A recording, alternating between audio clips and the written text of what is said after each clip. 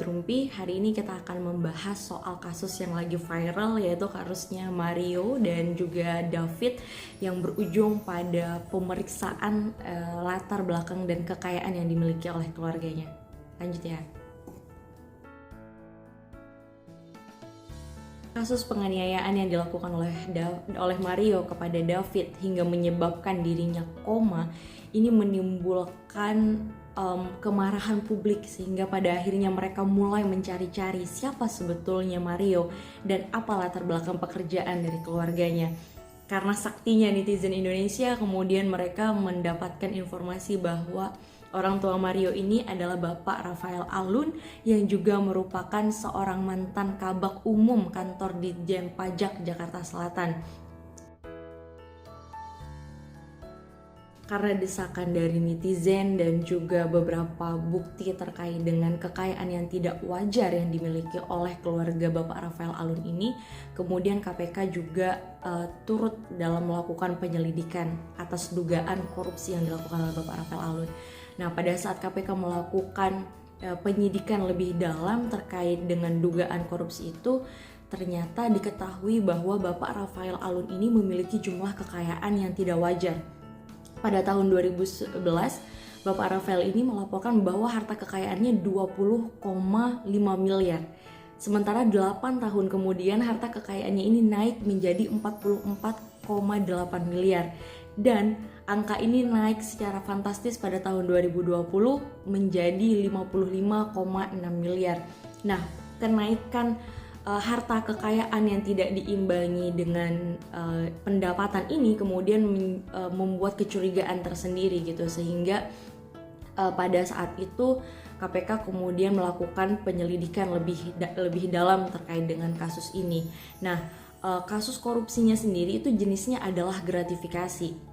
Nah, dugaannya gratifikasi ini sudah dimulai sejak tahun 2011 sampai tahun 2015. Nah, pada saat itu Bapak Rafael ini menjabat sebagai Kepala Bidang Pemeriksaan, Penyidikan, dan Penagihan Pajak di Kantor Wilayah Direktorat Jenderal Pajak Jawa Timur. Jadi korupsi ini sebetulnya sudah dimulai sejak dia menjabat di Jawa Timur pada tahun 2011 sampai tahun 2015 sebagai Kepala Bidang Pemeriksaan. Nah, jadi teman-teman semua, saat ini prosesnya sendiri Bapak Rafael Alun telah ditetapkan sebagai tersangka oleh KPK pada tanggal 27 Maret 2023 dan per tanggal 3 April 2023 dia sudah ditahan oleh KPK. Nah, berdasarkan hukum di Indonesia ini, siapa saja sih yang berhak melakukan penahanan terhadap tersangka ataupun terdakwa?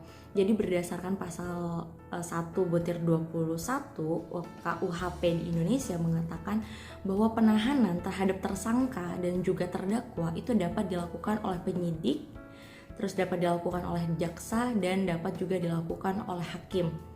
Hal ini diatur di dalam undang-undang.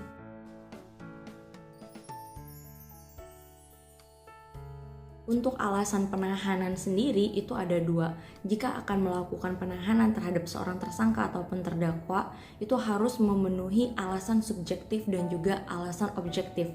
Alasan subjektifnya adalah itu diatur di dalam pasal 21 ayat 1 KUHP, tersangka dikhawatirkan melarikan diri, tersangka dikhawatirkan menghilangkan barang bukti, dan tersangka dikhawatirkan akan mengulangi tindak pidananya lagi. Sementara alasan objektif untuk menjatuhkan penahanan pada tersangka dan juga terdakwa adalah jika ancaman hukuman yang akan dikenakan kepada mereka lebih dari 5 tahun.